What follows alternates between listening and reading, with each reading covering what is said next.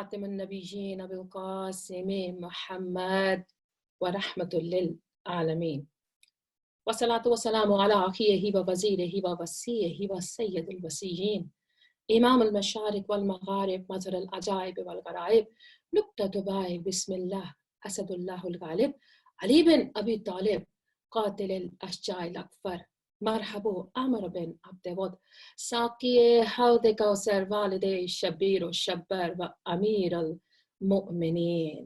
ایک دفعہ درود پڑھ دیجیے محمد و آل محمد اللہم صلی علی محمد و آل محمد و عجل فرجہم. میری بہت ہی محترم مومنات، ناظرات، سامعات، آپ سب اور جو سننے والے ہیں، آپ سب کو سیدہ گل زہرا کا سلام. آج کے دن کی برکت سے، رمضان کی برکتوں سے، رحمتوں سے خدا ہم سب کے گھروں پر رحمتیں نازل فرمائے، اور جو جہاں جہاں موجود ہیں علی والے، تمام کل مومنین اور مومنات، اور خدا تمام جتنے بھی ہمارے بہن بھائی سب ہیں، خدا ان کو امان میں رکھے اور سوائے غم حسین ان کو کوئی غم نہ دے. اور یہ دعا کرتے ہیں کہ خدا ہمیں یہ توفیق عطا فرمائے کہ ہم جو کچھ کہتے ہیں، جو کچھ سنتے ہیں، ان ہستیوں کا ذکر، اہل بیت علیہ السلام کا ذکر، اور جو بھی ہم درس حاصل کرتے ہیں، اور جو کچھ بھی ہم ان کے فضائل اور مصائب سنتے ہیں، خدا ان کا اثر ہماری زندگیوں میں نمایاں کر دے. اور اے اللہ تو ہم سب پہ اپنا رحم فرما اور ہمیں صراط مستقیم پر قائم رکھ، اور ہمارے وقت کے امام کا ظہور جلدی کر دے میرے مولا، اور ان کے ظہور کے ساتھ ہمیں بھی تو ان کے ساتھ شامل کرنا، ان کی فوج میں، ان کے انصاروں میں. اور اگر ہمارے اور ان کے آنے کے درمیان میں موت حائل ہو جائے، اے میرے اللہ تو ہمیں ہماری قبروں سے اٹھا لینا. اے میرے وقت کے امام، آپ ہم سب پہ اپنا رحم فرمائیں، ہم سب کے لیے ایک ایسا وسیلہ نجات بن جائیں، ایک ایسا وسیلہ کہ جس وسیلے کے ہوتے ہوئے ہمیں کسی اور وسیلے کی ضرورت نہیں ہے. اللہم تقبل منا انک انت السمیع العلیم. مومنات، جیسا کہ ذکر ہے رسول کا اور ذکر ہے آل رسول کا، رسول صلی اللہ علیہ وآلہ وسلم جو وجہ وجود کائنات، اور وہ ہستی کہ جس نے اپنی زندگی وقف کر دی خدا کے کاموں میں. اب کیا ہے کہ آج کا جو پروگرام ہے وہ خصوصاً بی بی فاطمہ بنت اسد سلام اللہ علیہا اور بی بی خدیجہ سلام اللہ علیہا کی وفات کے سلسلے میں ہے. تو آج ہم ان ہستیوں کا ذکر کریں گے، اور یہ وہ ہستیاں ہیں کہ اسلام کے دامن میں ان ہستیوں کا جو کردار ہے، بخدا وہ کردار کوئی اور ادا کر ہی نہیں سکتا. لیکن ان ہستیوں کو سمجھنے کے لیے حضرت ابو طالب علیہ السلام جیسی ہستی، بی بی فاطمہ بنت اسد، بی بی خدیجہ سلام اللہ علیہا، تو ان ہستیوں کو اگر ہم سمجھنا چاہتے ہیں تو ہمیں یہ سمجھنا ہوگا کہ رسول کیا ہے، رسول صلی اللہ علیہ وآلہ وسلم کیا ہے. کیونکہ ان ہستیوں کا کردار اور ان کا جو اہمیت ہے، وہ رسول پاک صلی اللہ علیہ وآلہ وسلم کی زندگی میں ایسی ہے کہ جو کوئی اور نہیں لے سکا. یہ وہ حیثیت ہے کہ جو کسی اور کی نہیں ہے. جیسے یہ خانوادہ، ہم بی بی فاطمہ علیہ السلام کا ذکر، فاطمہ زہرا کا ذکر تو وہ بعد میں ہم کرتے ہیں، لیکن رسول کی ابتدائی زندگی سے لے کر جب تک رسول اس منصب پر رسالت کے فائز ہوتے ہیں، اور اس کے بعد سے لے کر جب تک بی بی خدیجہ سلام اللہ علیہا کی رحلت ہوتی ہے، وفات ہوتی ہے، اس وقت تک کا عرصہ جو ہے وہ رسول خدا کے جو ابتدائی ایام تھے وہ کیسے تھے، اور ان ہستیوں کا جو کردار ہے، جو ان کا جو رول ہے، وہ اتنا بڑا ہے کہ جس کے بغیر رسول خدا صلی اللہ علیہ وآلہ وسلم کا جو مشن ہے وہ ادھورا رہ جاتا. اب ہم نے رسول کو، جیسے میں نے بھی کہا کہ ان ہستیوں کو سمجھنے کے لیے ہمیں رسول جیسی ہستی کو سمجھنا ہوگا. اگرچہ معرفت بہت مشکل ہے، ہم معرفت ایسی نہیں کر سکتے کہ جس معرفت کا حکم ہے، جس طریقے یعنی جس معرفت کا وہ حق رکھتے ہیں، ہم وہ معرفت ادا نہیں کر سکتے. لیکن ہم اتنا ضرور کر سکتے ہیں کہ ہمیں جو خدا نے اشارے بتائے، ہم ان کے مطابق چل کر ہم ان ہستیوں کے بارے میں اتنی جانکاری حاصل کر لیں کہ جو ہماری زندگیوں کو روشن کر دے. رسول خدا صلی اللہ علیہ وآلہ وسلم کو خدا نے بہت ہی زیادہ شان اور مرتبے والا بنایا اور ان کو اپنی وجہ وجود کائنات بنا دیا کہ جو کائنات کے بننے کا ذریعہ ہے. خدا قرآن میں بہت جگہ پہ رسول خدا صلی اللہ علیہ وآلہ وسلم کو مخاطب کرتا ہے، لیکن ایک آیہ مبارکہ جو سورہ احزاب کی ہے جو مجھے بہت پسند ہے، جس میں خدا ارشاد فرماتا ہے بسم اللہ الرحمن الرحیم، یا ایھا النبی انا ارسلناک شاہدا ومبشرا ونذیرا وداعیا الی اللہ باذنہ وسراجا منیرا، کہ اے میرے حبیب، اے میرے نبی، یا ایھا النبی انا ارسلناک شاہدا، کہ میں نے تجھے شاہد بنا کر بھیجا، گواہ، ومبشرا، اور تجھے میں نے بشارت دینے والا، وَنَذِيرًا، اور ڈرانے والا، دَاعِيًا إِلَى اللَّهِ بِإِذْنِهِ، اور تجھے میں نے خدا کی جانب بلانے والا، اس کی مرضی سے خدا کی جانب بلانے والا ایک چمکتا ہوا چراغ، سراج منیر بنا کر بھیجا. ایک وہ چراغ جو فقط خود نہیں جلتا، جس کی روشنی پوری کائنات کو روشن کر دیتی ہے، میں نے تجھے وہ بنا کر بھیجا. اب جو رسول صلی اللہ علیہ وآلہ وسلم کی جو زندگی ہے، ہم اگر اس سے پہلے جائیں تو رسول صلی اللہ علیہ وآلہ وسلم کی خلقت 24,000 سال پہلے، حضرت آدم علیہ السلام کی خلقت سے بھی پہلے ہوئی، اور بعض روایتوں میں 14,000 سال پہلے. لیکن یہ ہمارے سال نہیں ہیں، یہ نوری سال ہیں. کہ کہتے ہیں نا کہ قیامت کا جب دن ہوگا تو وہ قیامت کا دن ایک دن 50، ایک دن جو ہے وہ 50,000 سال کا ہوگا. تو اس کا مطلب یہ ہے کہ یہ ہمارے دن یا ہمارے سال نہیں ہیں، یہ وہ سال ہیں جو خدا کی نظر میں جو جتنے بڑے ہیں. اور وہ یہ ہے کہ 24,000 سال پہلے حضرت آدم علیہ السلام کی خلقت سے، اور بعض روایتوں میں 14,000 سال پہلے خدا نے نور محمدی صلی اللہ علیہ وآلہ وسلم کو خلق کیا. اب کیا ہے کہ جو کوئی بھی رسول خدا صلی اللہ علیہ وآلہ وسلم کی بات کرتا ہے تو اس کے ذہن میں یہ ہونا چاہیے کہ خدا نے ان کو اپنی پہچان کا ذریعہ بنا کر بھیجا. یہ خدا کی پہچان ہے. خدا نے جب اپنے آپ کو پہچانوانا چاہا تو خدا نے ان ہستیوں کو بنا کر بھیجا. اب کیا ہے کہ اگر ہم خدا کی صفات کو لینا شروع کریں، خدا کی صفات جو ہیں وہ خدا کی ذات کا حصہ ہیں، وہ خدا سے علیحدہ نہیں ہے. یہ ہم سب جانتے ہیں، بچہ جانتا ہے کہ خدا کسی شے کا مرکب نہیں ہے، یعنی خدا دو کو مل کے نہیں بنتا.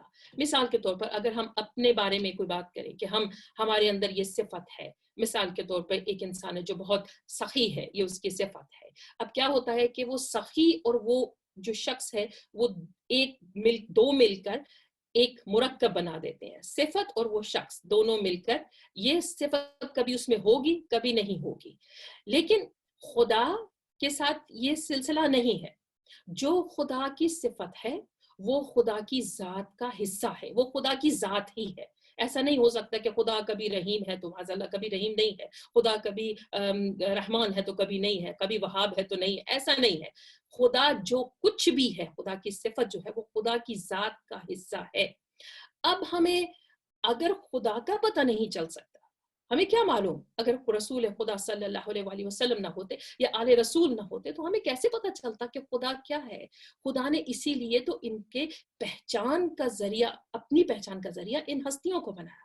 اب آپ یہ بتائیے، یعنی یہ سوچئے کہ ہم اگر یہ سوچیں کہ خدا رحیم ہے، خدا کی رحمانیت، ہم سوچیں گے خدا رحیم ہے، لیکن خدا کی رحمت کیسے ہوگی؟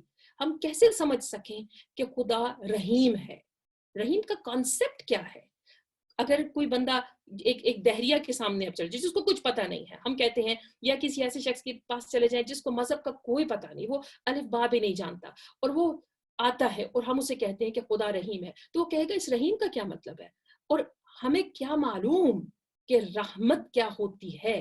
تو خدا نے اپنی رحمانیت کو بتانے کے لیے رسول کو رحمتوں والا قرار دیا.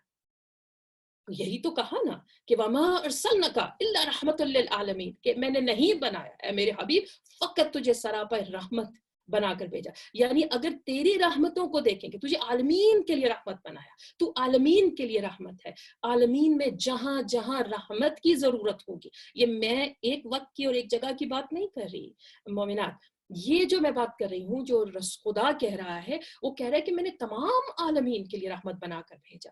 اب ہمیں نہیں معلوم کہ عالم کتنے ہیں، ہم نہیں جانتے کہ عالمین کا کیا مطلب ہے، ہمیں یہ بھی نہیں پتا کہ ہم ان عالموں کو گن سکیں. ہم تو اپنے گھر کی حدود سے باہر نہیں نکل سکتے، ہم تو وہی دیکھتے ہیں جو ہمیں میڈیا بتاتا ہے، ہم تو وہی دیکھتے ہیں کہ جو ہمیں دنیا دکھاتی ہے. ہمیں نہیں معلوم کہ یہ عالمین کتنے ہیں.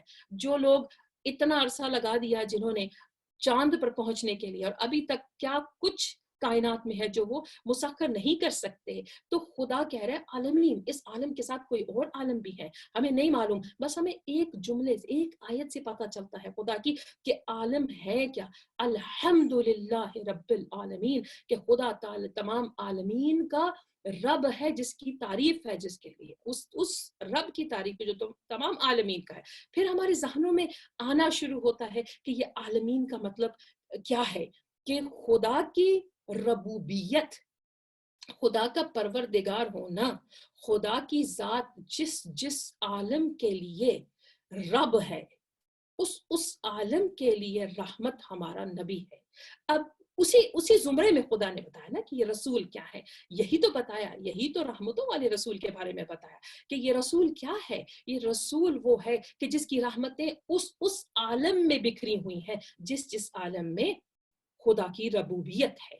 اب آپ اس کو جس طریقے سے بھی لے لیں، خدا رحمتوں کو جس طرح سے بھی لیں. میں بہت دفعہ یہ بات بیان کر چکی ہوں، لیکن کیونکہ میرے ٹاپک کا یہ حصہ ہے تو میں اس لیے جلدی سے اس چیز کو بیان کرنا چاہتی ہوں کہ رحمتیں کچھ بھی آپ کسی طریقے سے لے لیں. آپ بیٹی کو بھی رحمت کہتے ہیں، اچھا رزق خدا کی رحمت ہے، بارش کو ہم کہتے ہیں کہ خدا کی رحمت ہے. اب جو چیز انسان کو خوشی فراہم کرے اور خدا کی خوشنودی کے اندر رہ کر، وہ خدا کی رحمت ہوتی ہے، وہ خدا کی برکت ہوتی ہے. ہمارے جو امام علیہ السلام ہے، وہ ہمارے لیے رحمت ہے خدا کی. یعنی یہ تمام رحمتیں خدا کہہ رہا ہے کہ ہم پورے عالمین کے لیے، اگر تم رزق کو رحمت کہتے ہو تو اس رزق کو پہنچانے والا میرا رسول ہوگا. قسیم النار والجنہ، جو جنت اور ان کے تقسیم کرنے والے علی ابن ابی طالب اور رسول صلی اللہ علیہ وآلہ وسلم ہے. کائنات کا رزق تقسیم کرنے والی ہر وہ رحمتیں جو میں نے اپنے حبیب کو دی ہیں، وہی تمام عالموں میں تقسیم کرتے ہیں، عالمین میں. اب دیکھیے اکثر لوگ کہتے ہیں کہ جو رسول خدا صلی اللہ علیہ وآلہ وسلم، یہاں تک کہ ہمارے اپنے کچھ سلسلوں میں یہ ہوتا ہے کہ ہم یہ سوچتے ہیں کہ جو ہم اگر یہ کہیں کہ رسول رزق تقسیم کرتے ہیں، تو اس بات کا کیا مطلب ہے کہ کیا خدا رزق تقسیم نہیں کرتا؟ خدا رازق ہے، بخدا خدا ہی رازق ہے. لیکن اس نے ان ہستیوں کو یہ اذن دیا، یہ اجازت دی، ان ہستیوں نے ان خدا کی اجازت سے یہ تمام کائنات کا کنٹرول اپنا رکھا ہوا ہے، کیونکہ یہی وہ ہستیاں ہیں. آپ خود سوچئے کہ اگر وقت کے امام دنیا میں نہ ہوں جو پوری کائنات کو نہ چلائیں، چلا تو خدا رہتا ہے، خدا نے اجازت دی ہوئی ہے، انہوں نے اسی لیے تو دنیا میں رکھا ہے. آپ خود سوچئے مولا 1200-1300 سال سے دنیا میں موجود ہیں، تو اب اگر خدا کی اذن نہ ہو تو امام کیوں کریں گے؟ لیکن سمجھنے کی بات یہ ہے کہ خدا کی مرضی ان کی مرضی ہے، اور ان کی مرضی خدا کی مرضی ہے. ان کی رضاؤں میں خدا راضی ہے. یہ ہستیاں کبھی وہ کام کر ہی نہیں سکتی کہ جو خدا کی رضا کے خلاف ہو. تو اس لیے یہ باتیں سوچنا بھی نہیں ہے کہ ہم یہ کہیں کہ خدا رزق تقسیم نہیں کرتا، خدا رزق نہیں دیتا. خدا رزق کی اجازت دیتا ہے، لیکن یہ وہ ہستیاں ہیں جو رزق تقسیم کرتی ہیں، جو کائنات میں مشکل کشائی کرتی ہیں. اب دیکھیے کہ اگر بعض لوگ کہتے ہیں کہ یہ مشکل، اب کیونکہ مشکل کشا کا ذکر آیا تو میں امام علی علیہ السلام کا ضرور ذکر کروں گی، جو ہمارے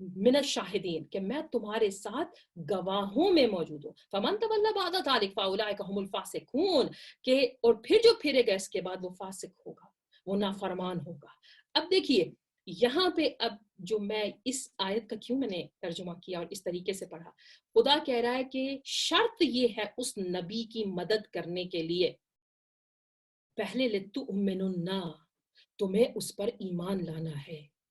آپ مجھے یہ بتائیے, اب اپنے ذہنوں کو کھولیے, اور آگے پیچھے قرآن کی آیت کو کرنے کی بات نہیں ہے, پہلے ایمان لانا ہے پھر مدد کرنی ہے.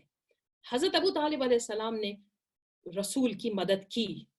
یہ ہو نہیں سکتا, یہ ہو نہیں سکتا کہ رسول کی مدد پہلے ہو ایمان بعد میں لے کے آیا جائے. قرآن کے مطابق, یہ قرآن میں اشارے ہیں, قرآن کے مطابق پہلے آپ نے ایمان لانا ہے پھر رسول کی مدد کرنی ہے. رسول چھوٹے سے بچے ہیں 6 برس کے, اور حضرت عبد المطلب فرما رہے ہیں اپنے تمام اولاد کو بٹھا کر کہ یہ بچہ محمد ہے, اس کی ماں کا انتقال ہو گیا, کون ہے, اور میرا بھی حال ٹھیک نہیں ہے, میں کون ہے جو اس کی کفالت کرے گا, کون ہے جو اس کو دیکھے گا. اس وقت حضرت عبد المطلب علیہ السلام نے ایک روایت کے مطابق حضرت محمد مصطفیٰ صلی اللہ علیہ وآلہ وسلم کو فرمایا کہ اے محمد آپ کس کے پاس جانا چاہتے ہیں؟ سب نے چاہا کہ وہ ان کی کفالت کریں, لیکن وہ بچہ خود اٹھ کے رسول حضرت ابو طالب علیہ السلام کی گود میں جا کر بیٹھ گئے. اب ہمیں یہ پتا ہے وَمَن يَنْطِقُ عَنِ الْهَوَىٰ إِنْ هُوَ إِلَّا وَحْيٌ يُوحَىٰ, رسول وہ ہیں کہ جو کچھ کہتے نہیں جب تک خدا نہ کہے, رسول کچھ کرتے نہیں جب تک خدا نہ کہے. یہ ضروری نہیں ہے کہ رسول اس وقت اعلان نہیں ہوا تھا, رسول اس وقت بھی رسول تھے جب ماں کے بطن میں تھے, اس وقت بھی رسول تھے جب دنیا میں تشریف لائے تھے, اس وقت بھی رسول تھے. تو رسول کا کہنا اور کرنا سب خدا کے مطابق ہے. تو اس کا مطلب یہ ہے کہ رسول نے حضرت ابو طالب علیہ السلام کی گود کو چنا تو اس لیے چنا کیونکہ رسول چاہتے تھے اور خدا چاہتا تھا, خدا چاہتا تھا. اسی لیے تو خدا نے قرآن میں کہا تھا نا کہ علم یجد کا یتیمن فآوا, کہ فآوا کہ کیا اس نے تجھے یتیم پا کر پناہ نہیں دی.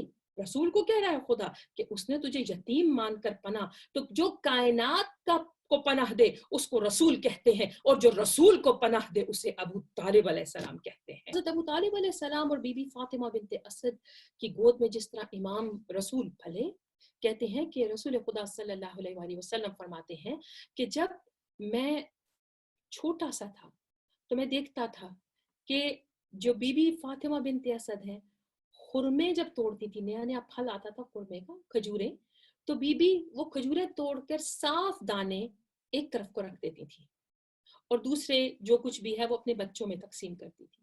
تو رسول خدا صلی اللہ علیہ وآلہ وسلم نے پوچھا کہ اماں, وہ اماں کہتے تھے, ماں کہتے تھے بی بی فاطمہ بنت اسد کو, تو اس وقت انہوں نے پوچھا کہ اماں آپ یہ دانے یہ کھجور کے اس طرف ہیں اور وہ کچھ دوسروں کے لیے, تو بی بی فرماتی ہیں کہ محمد میرے بیٹے یہ میں نے آپ کے لیے رکھے ہیں. مولا فرماتے ہیں کہ جب رسول خدا فرماتے ہیں کہ میری ماں فاطمہ بنت اسد علیہ السلام کہتے ہیں یہ خود بھوکی رہتی تھی لیکن مجھے کھانے کو دیتی تھی. یہ جو کچھ یہ خود حضرت ابو طالب علیہ السلام اپنے بچوں کو رسول کے بستر پر سلاتے تھے اور خود رسول خدا کی رات کو پوری رات بستر بدلتے رہتے تھے بچوں کے رسول خدا کے ساتھ, تاکہ کوئی دشمن ان کو کچھ نہ کہہ سکے. رسول خدا صلی اللہ علیہ وآلہ وسلم کا بال بھی کا نہ ہو. اور پھر کیا تھا کہ جب بارش نہیں ہو رہی تھی اور قحط ہو گیا تھا تو اس وقت کیا ہوا تھا کہ یہ لوگ سب کے سب آ گئے تھے حضرت ابو طالب علیہ السلام کے پاس کہ اے ابو طالب آپ دعا کیجئے, بتائیے کہ ہم کیا کریں. تو یہ سید بطحہ ہیں, یہ کوئی عام ہستی نہیں تھے حضرت ابو طالب علیہ السلام, ان کا روب تھا. یہی تو بات رسول خدا نے فرمائی تھی کہ جب تک میرے چچا موجود تھے ان کفار کی ہمت نہیں ہوتی تھی کہ وہ مجھے کچھ کہہ سکیں. ان کے بعد رسول خدا کے اوپر جو مشکلیں آئی ہیں وہ سب کی سب حضرت ابو طالب علیہ السلام کی وفات کے بعد آئے ہیں.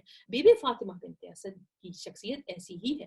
اور جب حضرت ابو طالب علیہ السلام کے پاس وہ لوگ آئے کہ ہم بارش کے لیے دعا کریں, تو حضرت ابو طالب علیہ السلام نے محمد مصطفیٰ صلی اللہ علیہ وآلہ وسلم کو اٹھایا اور انہوں نے کہا کہ اے بیٹا دعا کرو کہ بارش ہو, کیونکہ تم رحمت ہو کائنات کے لیے, تم نبی ہو خدا کے. تو اس وقت حضرت محمد, اور اس وقت ابھی تک نبوت نہیں ملی تھی. حضرت ابو طالب علیہ السلام کو معلوم تھا کہ یہی بچہ ہے جس کی بشارت ہر کتاب میں آئی ہے کہ یہی وہ نبی ہے, اس کی ساری نشانیاں وہی ہیں. تو اس وقت حضرت محمد مصطفیٰ صلی اللہ علیہ وسلم نے ہاتھ بلند کیے تھے اور اس وقت بارش ہوئی. یہی سلسلے اگر حضرت ابو طالب علیہ السلام اور بی بی فاطمہ بنت اسد ایمان کے درجے پر فائز نہیں تھے تو پھر کس طرح آپ کہہ سکتے ہیں, ہم کس طرح کہہ سکتے ہیں کہ وہ ان تمام باتوں سے, ان سب باتوں کو جانتے تھے اور رسول خدا صلی اللہ علیہ وسلم پر یقین رکھتے تھے, ان کی نبوت پر, اور ان پر ایمان لے کر آئے. اب کیا ہے کہ دوسری جو سلسلہ کہ بی بی فاطمہ بنت اسد علیہ السلام, جب یہ تمام چیزیں کہ رسول خدا صلی اللہ علیہ وسلم کو انہوں نے ان کو اچھی طریقے سے ان کی دیکھ بھال کی, پرورش کی, اپنے بچوں پہ ان کو ترجیح دی تاکہ رسول خدا کی حفاظت ہو. کہتے ہیں کہ جس وقت یہ وہ بی بی ہیں کہ جو عبادت میں, زہد میں, تقوی میں, اپنے وقت میں بہترین ترین خاتون تھیں, اور یہ پہلی ہاشمی خاتون تھیں کہ جن کے بطن سے تمام ہاشمی اولادیں ہوئیں. بی بی فاطمہ بنت اسد حضرت عبد المطلب علیہ السلام کے بھائی اسد کی بیٹی ہیں, اور جناب حضرت مطلب علیہ السلام کے جو بیٹے ابو طالب علیہ السلام ہیں ان کی شادی یہ بی بی فاطمہ بنت اسد یعنی حضرت عبد المطلب علیہ السلام کے بھائی کے بیٹے کے ساتھ ان کی شادی ہوئی, اور پھر حضرت عبد المطلب علیہ السلام کے بھائی کی. اور یہ ہے کہ جب ان کا یہ سلسلہ جب شروع ہوا تو کہتے ہیں کہ بی بی فاطمہ بنت اسد وہ ہستی تھیں کہ جو ہر ایک جگہ پر مددگار رہی. جس وقت بی بی آمنہ علیہ السلام کا وقت آیا رسول خدا کی ولادت کا, تو بی بی فاطمہ بنت اسد علیہ السلام ساتھ موجود تھی, اور کہتے ہیں کہ جب رسول خدا کا ظہور ہوا دنیا میں, تشریف لائے رسول خدا صلی اللہ علیہ وسلم, تو بی بی فاطمہ بنت اسد کہتی ہیں میں نے کائنات کی پردے کھلتے ہوئے دیکھے, میں نے فرشتوں کو دیکھا, میں نے تمام کائنات کو بقائے نور دیکھا, میں نے ہر شے بدلتی ہوئی دیکھی, میں نے تمام چیزیں اپنی آنکھوں سے دیکھی. تو میری بی بی آمنہ علیہ السلام فرماتی ہیں بی بی فاطمہ بنت اسد کو, کیا آپ نے بھی وہ دیکھا جو میں نے دیکھا؟ تو بی بی نے مسکرا کے فرمایا جی میں نے بھی وہ کچھ دیکھا جو آپ دیکھ رہی ہیں. اور جب بی بی فاطمہ بنت اسد نے رسول خدا کو اپنے ہاتھوں پہ اٹھایا تو اس وقت جب حضرت ابو طالب علیہ السلام نے اپنے بھتیجے کو دیکھا تو حضرت ابو طالب علیہ السلام نے دیکھ کر کہا کہ کتنا خوبصورت چہرہ اور کیا نور ہے چہرے کے اوپر, اور بی بی نے پیشانی کا بوسہ لیا. تو اس وقت حضرت ابو طالب علیہ السلام نے فرمایا کہ فاطمہ آپ فکر نہیں کریں, آج سے 30 برس کے بعد تمہاری گود میں ایک بچہ ایسا آئے گا جو اسی نور کا حصہ ہوگا, جو یہ نبیوں کا سردار ہے وہ ولیوں کا سردار ہوگا. اور یہی ہوا کہ جب وقت آیا تو بی بی فاطمہ بنت اسد علیہ السلام جب چلی, اب ان کی دیکھیے ہم یہ سوچتے ہیں کہ بعض چیزیں ایسی ہوتی ہیں کہ ہمارے ذہنوں سے اوپر سے گزر جاتی ہیں, اور میرا مقصد یہی ہوتا ہے اپنے تمام پروگرامز میں یہ چاہتی ہوں کہ آپ چاہے وہ ٹی وی کے پروگرامز ہوں یا چاہے میری مجالس ہوں یا اس طرح کے لیکچرز ہوں, میرا دل چاہتا ہے کہ آپ اپنی معرفتوں کو بلند کریں کیونکہ آپ کو لطف آتا ہے یہ تمام باتیں سن کر, کیونکہ آپ فقط سنیں نہیں بلکہ اپنے آپ کو اس جگہ پر موجود کر دیں, اپنے آپ کو بھیج دیں, اپنے آپ کو وہاں پہ اپنے آپ کو لے آئیں جہاں پہ آپ کو یہ تمام نظارے اپنی آنکھوں سے نظر آئیں. یہ معرفتیں ہیں, ان معرفتوں میں زمانے کی قید نہیں ہوتی, ان معرفتوں میں وقت کی قید نہیں ہوتی. یہ معرفتیں ایسی ہیں کہ اس میں آپ کہیں پہ بھی بیٹھے ہوں, ان معرفتوں کے بلبوتے پر آپ کائنات کو سر کر سکتے ہیں, مسخر ہو جاتی ہے کائنات اگر معرفت بلند ہو. معرفت ہی تو تھی کہ جو بہلول زمین پر بیٹھ کر جنت کے گھر بھیجتے تھے, معرفت تھی, اور خدا نے اس معرفت کے بلبوتے پر جنت کے گھر دے دیے. یہ معرفت کوئی معمولی چیز نہیں ہے مومنات, اس معرفت کو حاصل کریں. اب آج جمعہ کا دن ہے, اپنے وقت کے امام کو شامل کریں اور کہیں کہ مولا آپ ہماری مدد فرمائیں اور ہمیں یہ معرفت عطا فرمائیں کہ جو معرفت آپ کا حکم ہے حاصل کرنے کا, عارفین میں سے رکھیں ہمیں, کیونکہ یہ مل گئی نا, معرفت ہو گئی تو کائنات سمجھ جائے گی ہماری.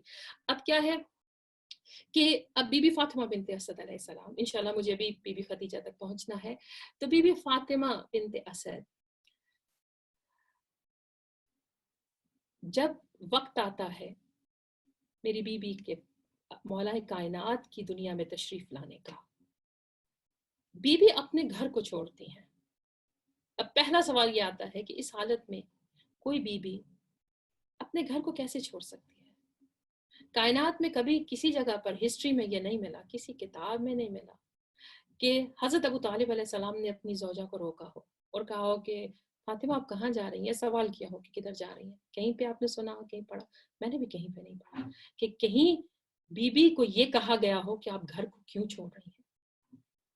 حضرت موسیٰ علیہ السلام کی والدہ کو وحی ہوئی کہ آپ اپنے بیٹے کو ڈال دیں صندوق میں. دیکھیے میں بہت گہری یہ باتیں ہیں فلسفی کی، لیکن میں اس کو بہت آسان طریقے سے آپ کے سامنے پیش کرنا چاہتی ہوں. کامن سینس ہے، اس میں آپ کو کسی ثبوت کی بھی ضرورت نہیں ہے کیونکہ یہ ہمارے سامنے حقائق ہیں. اگر آپ دیکھیں تو یہ کامن سینس پہ میں بات کر رہی ہوں آپ سے، کیونکہ دلیلیں بہت دے دیتے ہیں لوگ. کامن سینس استعمال کیجئے. ایک خاتون جس کے بچے کی ولادت کا وقت قریب ہے، ایسی حالت میں خواتین گھر سے باہر نہیں جاتے. وہ بیوی اپنے گھر کو چھوڑتی ہیں، اپنے گھر سے نکلتی ہیں، کعبے کے پاس آتی ہیں، کعبے کے دروازے کے تالے کو، قفل کو ہاتھ میں پکڑتی ہیں، پھر اس کو چھوڑ دیتی ہیں. کیوں؟ ایسا بھی تو ہو سکتا تھا کہ جس خدا نے دیوار کو شق کیا ہو، وہ جو مولود بیوی کے بطن میں ہے اس کے فضیلتوں سے دیوار کعبہ شق ہو گئی تو کیا قفل نہیں کھول سکتا تھا؟ یہ چاہتی نہیں تھی کھولے، خدا نہیں چاہتا تھا. کیوں؟ اس لیے کہ کل کو لوگ یہی کہیں گے کہ تالا خود کھول کے، کیونکہ بانی تھے، کعبے کے والی تھے، خود دروازہ کھول کے اندر چلے گئے، کیا بڑی بات ہو گئی. ایسا نہیں کیا. بیوی نے جانتی تھی، ادراک تھا، فہم تھا، علم تھا. چھوڑ کر بیوی رکن یمانی کی طرف آئی اور جیسے ہی اپنے آپ کو مس کیا اور کہا کہ اللہ تجھے واسطہ ہے اس مولود کا جو میرے بطن میں ہے، یہ یقیناً جو تیری صفات ہیں ان کا مظہر ہے اور یہ روشن دلیل ہے تیرے وجاہت کا. اے اللہ تیری جلالت کا یہ روشن دلیل ہے. اے اللہ تجھے واسطہ اس مولود کا کہ تو میری مشکل کو آسان کر دے. جیسے ہی یہ واسطہ دیا، بخدا کہتے ہیں کائنات میں ایسی مثال نہیں ملتی کہ دیوار کعبہ شق ہو گئی، بی بی فاطمہ بنت اسد اندر چلی گئیں. تو یقین مانیے کہ جس ماں کا بیٹا علی ہو، اس ماں کی منزلت کیسی ہوگی. اس بات کو اگر ہم اپنے دماغ میں سوچنا شروع کریں تو ہمارے دماغ معاف ہونا شروع ہو جاتے ہیں. پھر ہم سوچتے ہیں یہ نہیں، وہ نہیں. ایسا نہیں ہے، ایسا کرنا ہمارے لیے ٹھیک نہیں. عقل دی ہے خدا نے، ہم یہی تو لیکچرز آج کل، عقل دی ہے اس کو استعمال کریں. بے بخدا ایسا کچھ نہیں ہے کہ آپ یہ اٹھا کر اندھا دھن آپ مذہب کے پیچھے. خدا نے اس مذہب کو، اس سوچ کو غلط قرار دیا ہے کہ آپ بلائنڈ فولڈڈ ہو کر آپ کسی چیز پہ عمل کریں یا کسی کے پیچھے لگ جائیں. نہیں، اس میں آپ جانکاری حاصل کریں، ریسرچ کریں اور اسلام دعوت فکر دیتا ہے. آپ ان باتوں کا جواب ڈھونڈیے اور دیکھیے کہ آپ کو کیا جواب ملتا ہے. کہ یہی وہ ہستیاں کہ جن کی خدا نے اتنی فضیلتیں ہمارے سامنے کھول کے رکھی ہیں تاکہ ہم ڈھونڈیں اور ان فضیلتوں کے بلبوتے پر ان کو سوچتے ہوئے، ان پہ عمل کرتے ہوئے، یہ فخر کرتے ہوئے اپنی زندگیوں کو سنبھالیں. اب کیا ہے کہ یہی ایک ہستی جیسے بی بی فاطمہ بنت اسد ہیں، جیسے رسول خدا کے چچا حضرت ابو طالب علیہ السلام ہے، ایک بہت ہی اہم ترین ہستی رسول کی زندگی میں بی بی خدیجہ کبریٰ. اب بی بی کی کیا شان ہے؟ بخدا کہتے ہیں کہ بی بی وہ ہستی ہیں کہ جن پہ جبرائیل نے خدا کا سلام بھیجا. اور رسول خدا صلی اللہ علیہ وآلہ وسلم کے پاس جبرائیل آتے اور کہتے ہیں کہ یا رسول اللہ، خدا بی بی خدیجہ پہ سلام بھیجتا ہے. اب لوگ کہتے ہیں کہ بی بی خدیجہ سلام اللہ علیہا رسول خدا سے بہت بڑی تھیں اور پہلے سے شادی شدہ تھیں. آپ ذرا خود سوچیں کہ رسول خدا صلی اللہ علیہ وآلہ وسلم 25 برس کے جب رسول کی شادی ہوئی بی بی خدیجہ علیہ السلام سے، خدیجۃ الکبریٰ سے. اب 40 سال کی بی بی ہیں اور اس وقت کہتے ہیں کہ کچھ لوگوں کے مطابق 40 سال کی بیوی تھیں اور ان کی شادی بھی ہوئی تھی، ان کی بچے بھی تھے. خدا کبھی ایسے نہیں کرتا کہ وہ بیوی جو ایسی زوجہ بی بی فاطمہ زہرا کی ماں جو پہلے کسی اور کی زوجیت میں ہو، اس کے بعد وہ دوبارہ سے رسول کی زوجیت میں آئے.